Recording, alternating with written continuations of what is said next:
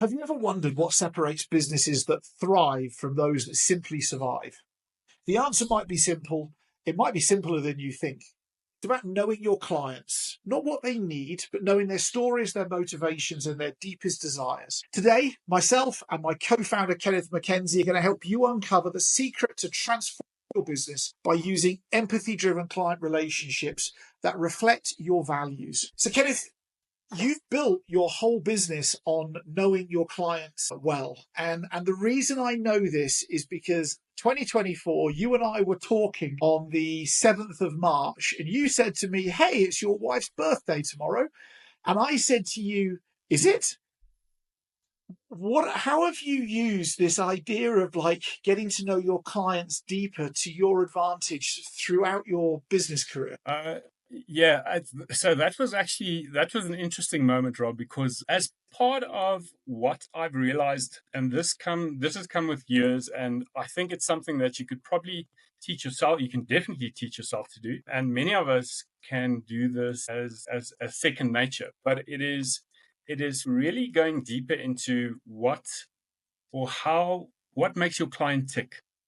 And the only way to find out and build a rapport with your client is to sit and to listen, right? So spend time with them, listen to what they really want, what their problems really are, and most of the time, what the problem is that they think they need solving is not. That's not it. It's something completely different.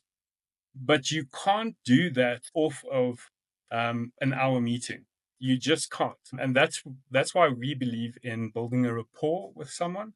So really learning more about the person, learning more about the business, learning more about how the business works, who works in the business. And that way we can also start adding value. But adding value on a professional level is fine. And all of us do it. It's great. As accounting and finance people, you know what needs to get done. But there's this gap between adding value, so your professional service, and really caring for someone or looking after a client.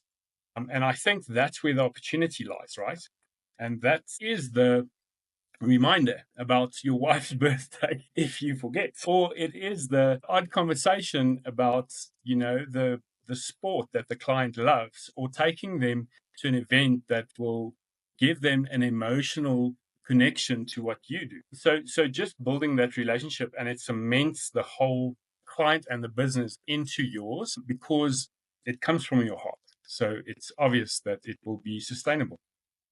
If you think about it, there's actually very few brands or things that you buy that you don't actually have some form of emotional attachment to. There's very few things or relationship attachment to. And I think that so many people are getting stuck in turning their business into a transactional thing.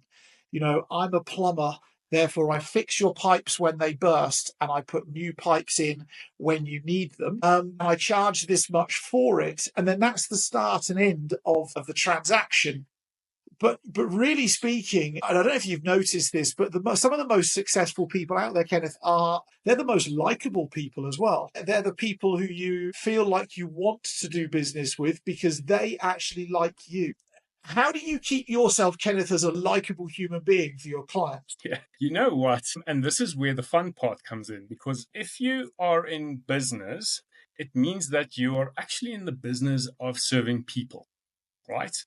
You offer a product or a service that solves a problem, but you have to work with people, and you must be able to work really well with people because there's someone on the other side that needs to decide to press a button to transfer money to you because they think that you're worth it, isn't it? Paying your invoice.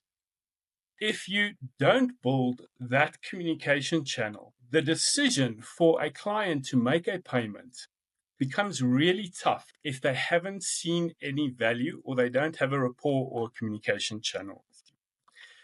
Now, having said that, for me personally, I enjoy people. I enjoy networking. I enjoy talking to business owners, and it kind of feels like there's always this moment where you think, sure, I'm never too old to learn, because you really pick up nuances and golden nuggets when you talk to people and business owners.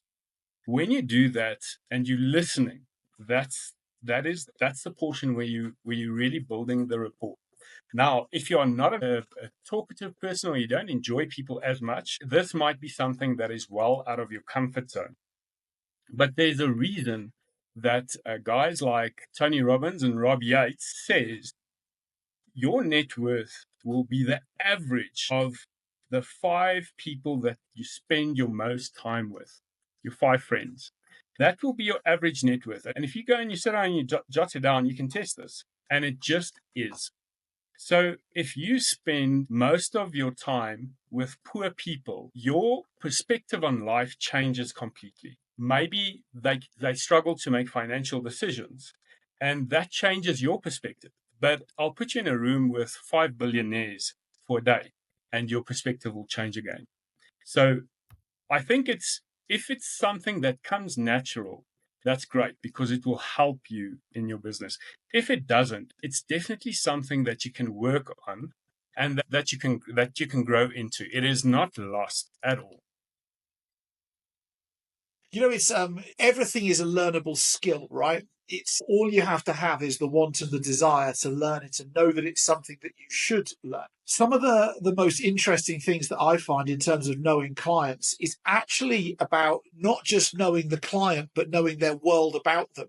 You remembered when my wife's birthday was, right? That's actually of kind of more importance to me than when my birthday is. And it's actually about getting to understand what's important to your clients and what not. Tell me, there's a fascination at the moment. A lot of businesses are trying to automate and systemize into these one-size-fits-all models. And I'm a big fan of automation and systemization, but when do you think could be too early to start going down that cookie cutter route? And when do you think it gets too late? How do business owners, because there's going to be a lot of business owners on here who are doing less than $1 million a year turnover. How do they balance that for themselves? Yeah. So the way that I see business or building a business is you have to, if you start from scratch, right? If you're new in the business, it's a startup pretty much. Your main focus is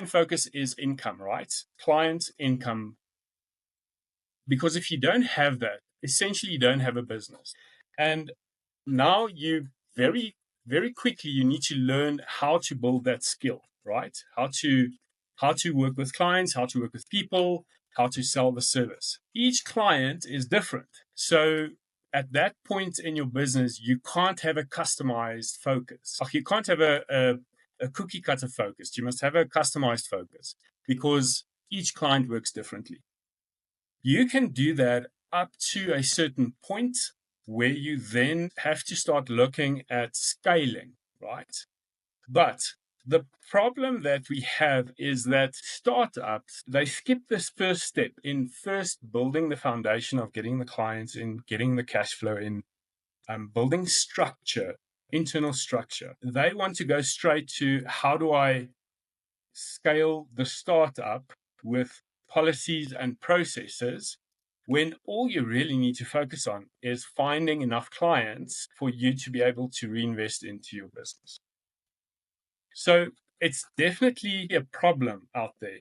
And maybe it's a misconception where people have startups or small businesses and they want to scale, but they're not ready to scale because they don't have enough clients. They need to nurse the clients that they have, bring more income in, bring more clients in, and there will be a tipping point when you are saturated, and then you can look at different ways to scale your business. But I think there's a huge misconception there. Startups want to scale, and there's 100 steps between those two, between posts. I once worked in a tech startup, and the front end of their business, so it's very much put data in, get stuff back out again, advice back out again, and whatever else. And the front end of their business that the customer saw was wonderful, and it gave the illusion of incredible software.